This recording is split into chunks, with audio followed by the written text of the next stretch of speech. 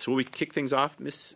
Kuzi, you're the first questioner of the 45th Parliament of Public Accounts. You have the floor for 6 minutes, please. Thank you, Chair. Merci beaucoup, Monsieur le Président. And thank you very much, Mr. Chair, for not only returning to the Public Accounts Committee, but to the outstanding work that you and your team continue to do for Canadians as we continue to evaluate the expenditures of this Liberal government here heading into its 11th year. By now, all Canadians are aware of the scandal of GC Strategies, $64 million across 31 departments.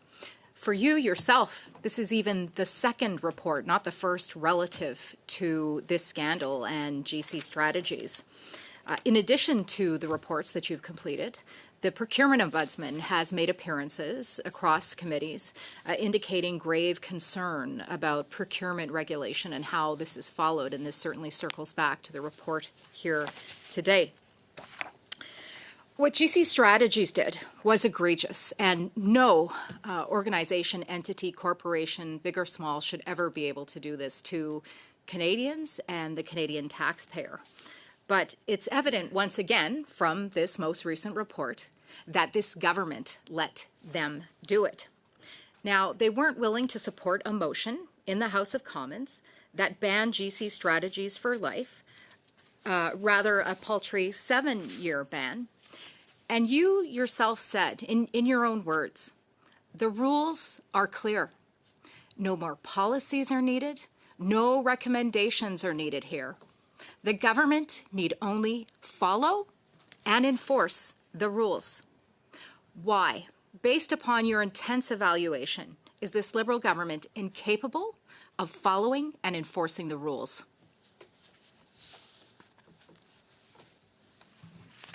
I think it's a question that we asked ourselves through many procurement audits that we've done over the last couple of years. What is driving the behavior that we are seeing in the public service? And I think I would point to two things. You know, what is it about the procurement process in the federal government that a staffing company is the mechanism that is typically used for IT services? Is it because the procurement process is complex, or that those delivering those services don't want to wade through all of that and are happy to just go through a staffing company? So I do think that that's something the government needs to figure out. There might be certain services where staffing companies make sense and others where it doesn't. The rest, I think, then rests with the public service. Why aren't the rules known and why aren't they being applied? And that is why I didn't see the necessity to issue new recommendations. I think going back to the basics and understanding the rules is essential, but I also think the government needs to figure out if there are too many and start taking doubled up rules or rules that aren't adding any value off, so that this can be a faster process in the future. Yes, but fundamentally, it is the ministers who have oversight of the public service and must ensure that the rules are being followed and enforced. There was a new report issued today that federal managers are now required to sign an oath stating that they thought about it. They thought about the expenditures before they spent the money. Would you be able to expand upon this new regulation which has been put in place, that federal managers must think about the money that they are spending before signing for it? I have to admit, I'm not sure I know the language of the oath that you're talking about. I do know, following our work on Arrivekin in the first contract we issued on professional services that were including contracts on McKinsey, that there was a requirement added that someone in the procurement process needed to attest that they knew all of the rules they needed to follow and that they had followed them. So that's a good reminder. But in my mind, it's just another step. And I really do think that it's time to sort of decide whether there are too many rules, because after my audits, internal audits, or third parties, the ombuds work, more rules are constantly added, and eventually it just becomes too much for people to be able to apply with, due diligence.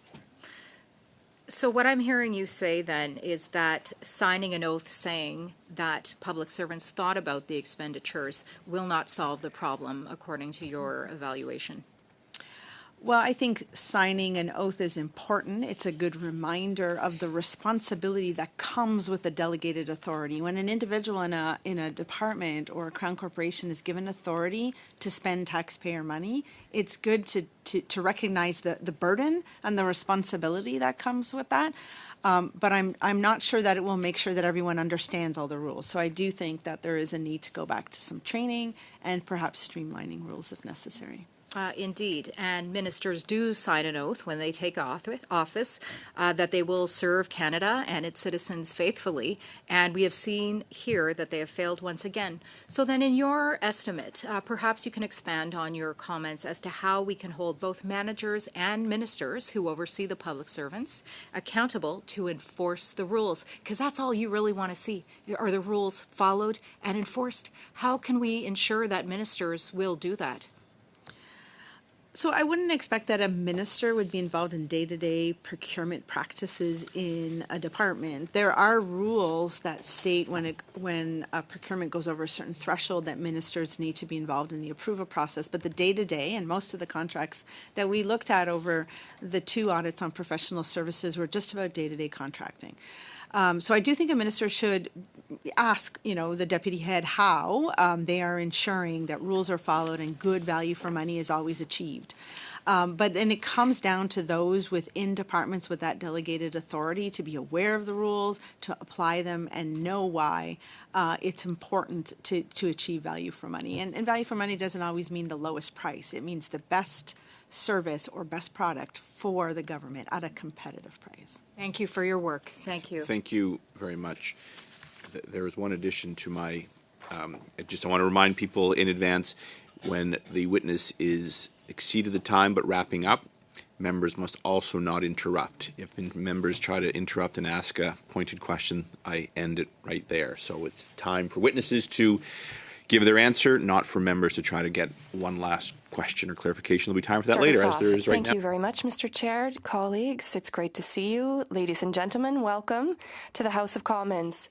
And Mr. Chair, I am very happy and very proud to sit on this committee. It is the reason why I got into politics, to ensure that Canadians' taxpayers' dollars are managed intelligently on behalf of all Canadians, and that we are not spending too much and we're not throwing money out the door.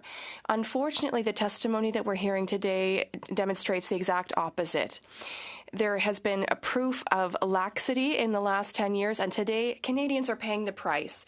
In the example that we're studying exactly, it's GC Strategies, a 2-person company in a basement that wasn't able to and this is why the Auditor General is looking at GC Strategies. 106 contracts awarded through a variety of departments and lacks standards and few results. Madam Auditor General, how do you explain this situation? Answer. As you mentioned, this is not the first audit that I have completed on the procurement process where I have observed that the government ignored the rules on procurement.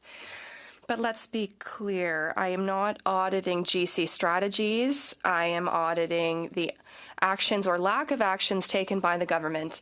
And it is a question that I have asked myself in the 2 audits, and I recommend that the government find the root causes of our findings. And in my opinion, it is because either public servants don't understand the rules, or there are too many rules, or they are sidestepping them. And that is why I recommend the government needs to take a step back and look at the rules on procurement to improve the processes, the entire process. I understand, Ms. Hogan, it's incredible that we're at this state after 10 years. It's just applying the rules, and we're not talking about science here, or rocket science, as we say in English. We're talking about basic healthy management of public funds. Canadian families know how to manage their budgets, but the government doesn't. So there's no justification, no management, no assessment of the skills, no demonstration of call for tenders, bids that are 80% higher than they should be. These are basic things. How is it that after 10 years of this government, they are still not able to follow the basic rules to ensure that taxpayers' money is properly managed? Answer. Thank you for the summary. I am concerned when 94% of contracts require time sheets that to ensure that the work was properly carried out, where a public servant did not ask for timesheets. We found a contract where there were 25 resources, and the department could only provide us with a timesheet for one of them. And that is why I said that I have difficulty saying that they received value for their money. But when we talk about public servants, they are confident that the services were provided. So it's a return back to basics for the elements needed to demonstrate prudent use of public funds. And these can't be done to junior players. These are high senior ministers, and unfortunately 4 of them did not do their homework, and these are still playing an important role. There is someone who's the chief of staff. We're talking about someone, the minister responsible for international trade between Canada and the United States, the person who is currently the Minister of Foreign Affairs. How is it that 4 ministers who are currently being rewarded by this government, they close their eyes on this laxity about taxpayers' money? Answer. The question of where the ministers were placed, which departments they were in, is not an issue that I would verify. My mandate looks at the decisions of ministers, and not the decisions of ministers, but rather the actions of the public service. And as I mentioned previously, I would not expect a minister to be involved in the daily management of procurement, but I would expect that the department give a briefing on their broad processes within the department tied to procurement, because this is taxpayers' money, and I would expect a better accountability by the public service. Thank you very much. Mr. Lemire, you have 6 minutes, please. Thank you, Mr. Chair. Thank you very much for your work. It's quite interesting to cover the importance of public accounts and the role that we can play in the process. Thank you for this investment. Ms. Hogan, when I read the report, particularly on GC strategies, what struck me was the explosion of spending, $1.3 billion to $2.8 billion. So, in your opinion, is that a trend that we should be studying in depth? Do we invest enough resources to understand IT contracts that are awarded, and how do you evaluate the report? Because I'm sure that you cannot look at all of the contracts individually. Answer. Well, I'll start with the second question. When we do an audit of this type, we obviously have to just do a sampling, which is a well-recognized practice in auditing. We need to look at enough contracts to be able to identify trends. And that's how we did this. In IT contracts, it's the type of increase we see in all professional contracts across the federal government. I agree that sometimes a contract is necessary if there is a labor shortage or if there is an unexpected increase in workloads. So there are good reasons to have a contract, but I'd like to know that the government is considering that when contracts are established because of a lack of expertise, that it's ensuring that that expertise is transferred to the public service to avoid the need for always relying on contracts with third parties. One thing that struck me in your report is also the fact that there were no additional recommendations. That's something that I brought up in the House of Commons. The Liberal government said essentially that, well, that's good news, that there are no recommendations, as if it's a mark of confidence in your report. And we had some questions about that. And do you share that opinion? What was your intention when you didn't make a recommendation and referring to 3 reports in which your recommendations were very critical? Answer. It's very rare that my office doesn't issue recommendations. So yes, I wanted it to be taken seriously that parliamentarians, as you are doing here, ask why I've taken this position that's out of the ordinary. So yes, if an audit is fantastic, there are no recommendations that are needed. But I didn't issue recommendations because I think that the rules are clear.